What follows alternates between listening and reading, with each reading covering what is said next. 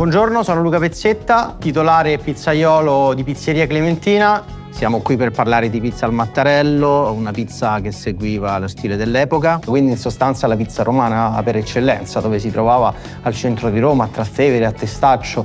Mio nonno la faceva ai Castelli Romani nel ristorante di famiglia con i miei zii. E oltre ad essere la pizza di famiglia è la pizza dei romani. Oggi rivisitata con le tecniche di panificazione moderne, quindi con l'attenzione verso la materia prima, quindi la farina, con l'attenzione verso la maturazione del prodotto, quindi dell'impasto. Una pizza fina che fondamentalmente è croccante ma sostiene bene gli ingredienti, con due particolarità, quindi la stesura al mattarello dona questa pizza in forma omogenea sia dal centro fino al bordo, e poi il bordo bruciato. Il bordo bruciato è la firma della pizza romana, quello che io cerco su ogni mia pizza.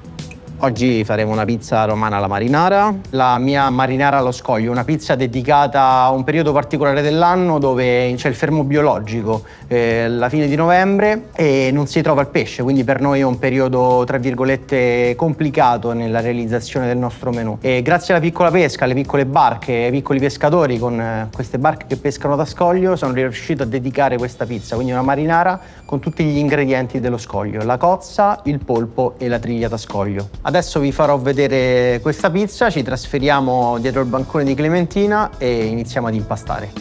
Qui abbiamo un preimpasto preparato precedentemente con 1 chilo di farina, 200 g di lievito madre e 600 di acqua.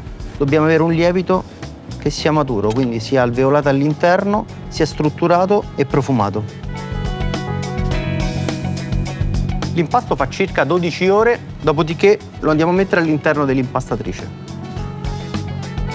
Mettiamo la farina all'interno dell'impastatrice, del malto e un filo di acqua. A questo punto iniziamo ad impastare.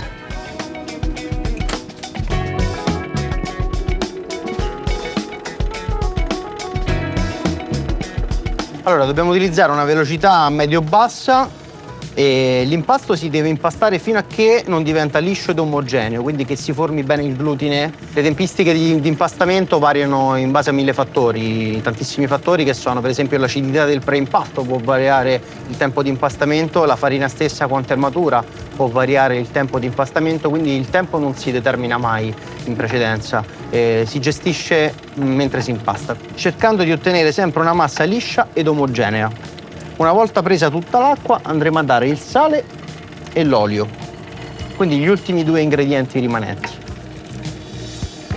Il sale è un elemento importantissimo per l'impasto, elemento che aiuta la formazione del glutine.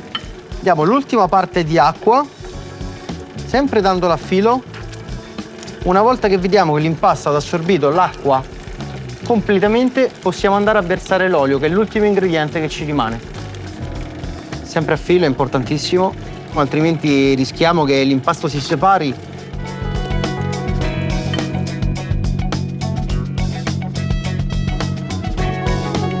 Allora, il nostro impasto a questo punto è pronto, lo portiamo su un banco di lavoro. Andiamo a realizzare una piega, quindi gli diamo un po' di forza, no? Perché questo impasto adesso dovrà fare una lievitazione di circa 20-18 ore in frigorifero. Ora copriamo con un canovaccio fino a che il prodotto triplichi di volume.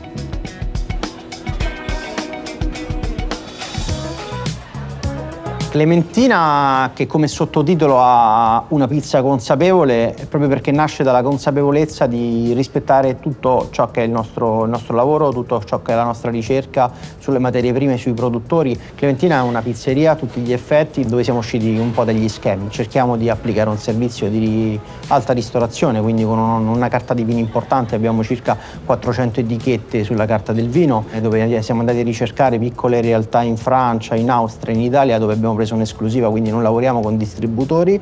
La ricerca della materia prima su tutto ciò che è il territorio di Fiumicino, perché Fiumicino vanta di un territorio di oltre 200 km² e questa cosa lo rende unico, una biodiversità incredibile dalla terra al mare. Facciamo un esempio: le campagne di Maccarese con gli ortaggi, tagliatella con il latte, testa di lepre con la carne, il mare di Fiumicino con la pesca, quindi in sostanza riusciamo a lavorare con tutto il territorio di Fiumicino valorizzando chi lavora per Fiumicino, questo è importantissimo. Le pizze quindi sono basate su un gioco di tradizione romana, faccio degli esempi, la coda alla vaccinara, dove abbiamo anche inserito questa maionese fatta con un crescione di finocchio, si chiama Olympia Crest ed è molto buona, balsamica, che raffresca completamente la coda alla vaccinara. E diciamo che ogni pizza deve ricordare una zona del territorio di Fiumicino. Poi passiamo sugli sfogliati del menù, che comunque vengono prodotti dal microforno, ma in versione salata vengono proposti in degustazione. Faccio esempio un pas suisse con una lingua tonnata, anche questa lingua tonnata dentro con dei crescioni che ricordano queste note limonate, queste note agrumate.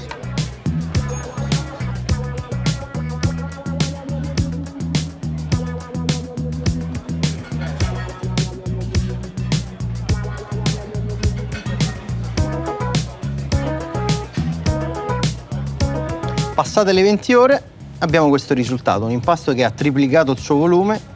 Vediamo dentro. Come possiamo vedere il nostro lievito madre ha fatto un gran lavoro, all'interno abbiamo un impasto maturo. Siamo pronti per fare le palline, giriamo l'impasto sul banco di lavoro e iniziamo a crearci dei filoncini che ci aiuteranno poi nella realizzazione dello staglio delle palline. Una volta che sentiamo che la pasta è liscia ed omogenea, chiudiamo il sotto come una mozzarella, no? E la andiamo a mettere nella cassetta. Ora le lasciamo a temperatura ambiente affinché loro raddoppino di volume, dopodiché sono pronte per essere infornate.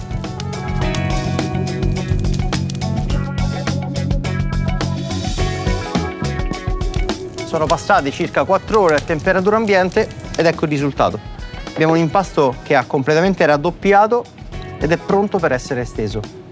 Ok, spolveriamo il nostro impasto con un po' di semola, mettiamo la semola sul banco di lavoro e il nostro impasto lievitato. Eccolo qui.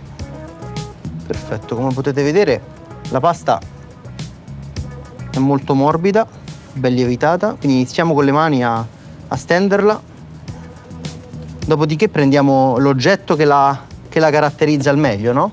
Quindi il mattarello, la pizza romana, diciamo che senza mattarello non può essere chiamata romana.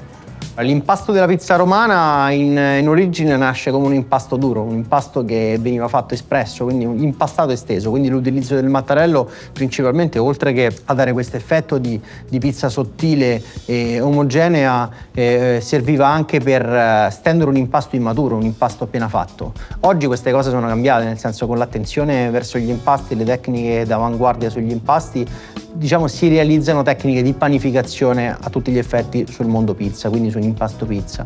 Una volta allargata circa intorno ai 34 cm, come potete vedere, la portiamo sulle mani, andiamo a togliere la semola in eccesso, la poggiamo sul banco di lavoro, gli diamo una forma tonda regolare. Perfetto, andiamo a mettere del pomodoro. La cosa importante della pizza romana è che il condimento arrivi fino al bordo, quindi assenza totale di cornicione. Ma il cornicione della pizza romana in realtà esiste, perché è il cornicione che noi vediamo in uscita dal forno bruciacchiato. Il bordo bruciato dona un aroma inconfondibile, addirittura tante persone quando entrano in pizzeria dicono: sento l'odore della pizza romana nel vostro locale, proprio perché bruciando il bordo ricorda proprio le pizzerie di una volta. Ora andiamo a mettere sopra questo fondo di pesce. Quindi mescolando in cottura, con una cottura lenta, il fondo di pesce e il pomodoro, ricorda un po' quel sapore della zuppa, no? Il pomodoro alla luciana, un po' quel pomodoro che si trova nei primi piatti o nelle zuppette di pesce. Siamo pronti per infornarla, a questo punto la impaliamo. Andiamo in forno.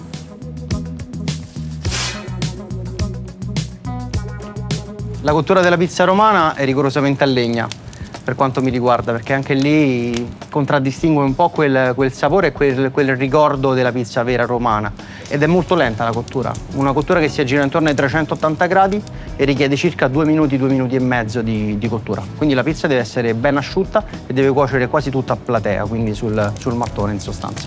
in modo in maniera che il prodotto si cuocia bene sotto e rimanga croccante. Gli ingredienti sopra devono cuocere, quindi il pomodoro è fondamentale che cuocia bene, perché per quanto mi riguarda nel 99% degli altri stili di pizza, tranne la pizza in teglia, il pomodoro rimane sempre crudo al palato. Il pomodoro deve essere cotto anche per una questione di digestione.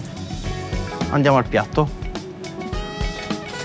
All'uscita della pizza andiamo ad applicare questa salsa verde che ho realizzato con il Salty Fingers, che è un'erba in sostanza che ricorda molto una pianta grassa che nasce vicino al mare, quindi ha tutte le proprietà iodate che donano il mare e che dona la terra in sostanza. Legata poi al germoglio d'aglio fa sì che, a differenza dell'aglio normale, lasci anche quella nota balsamica dell'aglio, quindi quella nota in più che dà il germoglio. E il rucola cress dona anche quella parte vegetale a tutti gli effetti, quindi quel profumo di terreno a tutti gli effetti. Questo mix tra loro fanno sì che la salsa sia veramente un'esplosione di mare e vegetale nella nostra bocca.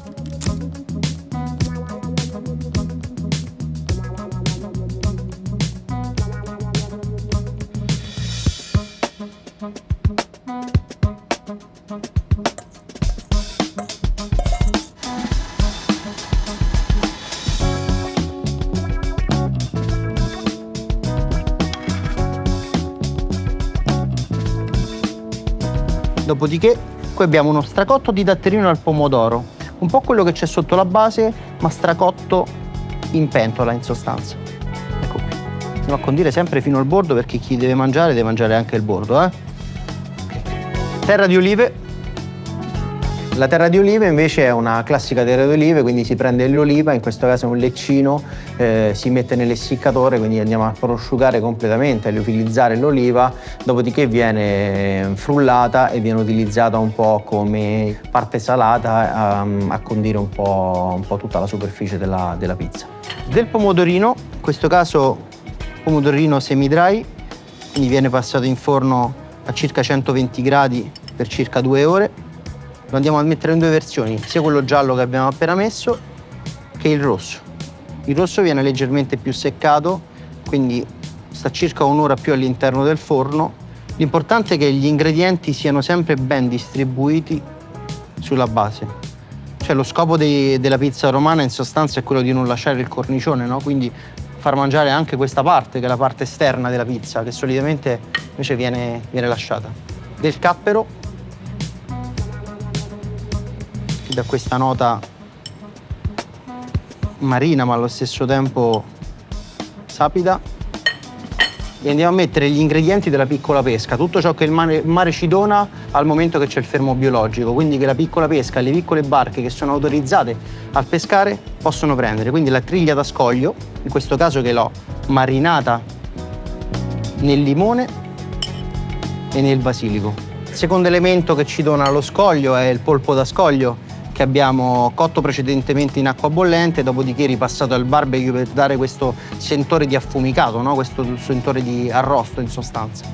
E poi la cozza è immancabile, che con il suo sapore è indescrivibile, è molto umami, no? Ti arriva parecchio in testa quando la mangi. Eccola qui, andiamo a mettere nel massimo della naturalezza, senza andarla a stravolgere, quindi in cottura sulla base della pizza, andiamo a mettere proprio come deve essere fatta, quindi aperte e riposte sulla pizza. Dopodiché la parte aromatica dell'origano fresco, eccolo qui, e la seconda versione di origano, che è l'origano secco.